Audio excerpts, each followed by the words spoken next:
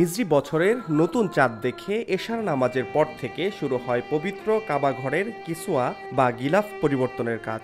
আরবরা কাবা শরীফকে আবৃত করে রাখা কাপড়কে বলে কিসওয়া, আর আমরা বলি গিলাফ। এটি একটি ঐতিহাসিক পরম্পরা। গিলাফ একটি কাপড় যা দ্বারা কাবা শরীফকে ঢেকে রাখা হয়। বর্তমানে গিলাফ কালো রেশমি কাপড়ে তৈরি, যার উপর স্বর্ণ দিয়ে লেখা থাকে লা ইলাহা ইল্লাল্লাহু মুহাম্মাদুর রাসূলুল্লাহ, আল্লাহু জাল্লে জালালুহু, সুবহানাল্লাহু ওয়া বিহামদিহি, সুবহানাল্লাহিল আজিম এবং ইয়া হান্নান ইয়া মান্নান।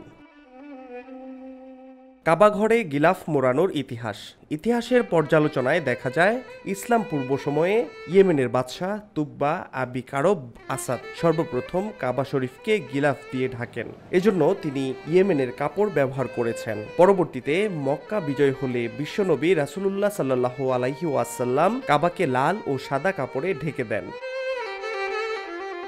এরপর বিভিন্ন সময়ে সাদা, লাল, হলুদ ও সবুজ রঙের গিলাফ ব্যবহার করা হয়েছে, আর এখন ব্যবহৃত হচ্ছে কালো গিলাফ। তবে পবিত্র এই গিলাফ তৈরি করা মোটেও সহজ কাজ নয়। বহু দক্ষ কারিগর ও প্রযুক্তিবিদের নিখুঁত প্রচেষ্টায় এই গিলাফ তৈরি হয়। এটি তৈরিতে যেমন দক্ষ কারিগর প্রয়োজন হয়, তেমনি অনেক সময়েরও ব্যাপার। এই গিলাফের আর্ট ও সোনার সুতায় বোনা ক্যালিগ্রাফি মুমিন মুসলমানের হৃদয়ে তৈরি হয় ভালোবাসা, ভালো লাগা ও অনুভূত হয় অন্যরকম এক মায়াবী আকর্ষণ। কাবার গিলাফ তৈরির প্রতিষ্ঠান প্রায় 100 বছর ধরে কাবার গিলাফ তৈরি করে আসছে কিং আব্দুল আজিজ কমপ্লেক্স। এই প্রতিষ্ঠানটি শুধুই কিসওয়া তৈরি করে থাকে। 1928 সালে কিসওয়া ফ্যাক্টরি নামে এই প্রতিষ্ঠানটি যাত্রা শুরু করে। গিলাফ তৈরির হিসাব। নতুন গিলাফ তৈরি করতে 120 কেজি সোনার সুতা, 700 কেজি রেশম সুতা ও 25 কেজি রূপার সুতা লাগে। গিলাফটির দৈর্ঘ্য 14 মিটার ও প্রস্থ 44 মিটার। গিলাফের সেলাই কাজে অংশ নেন 1.5 শতাধিক অভিজ্ঞ দর্জি। গিলাফ তৈরিতে ব্যবহার করা হয় বিশেষ মেশিন। গিলাফ তৈরির খরচ।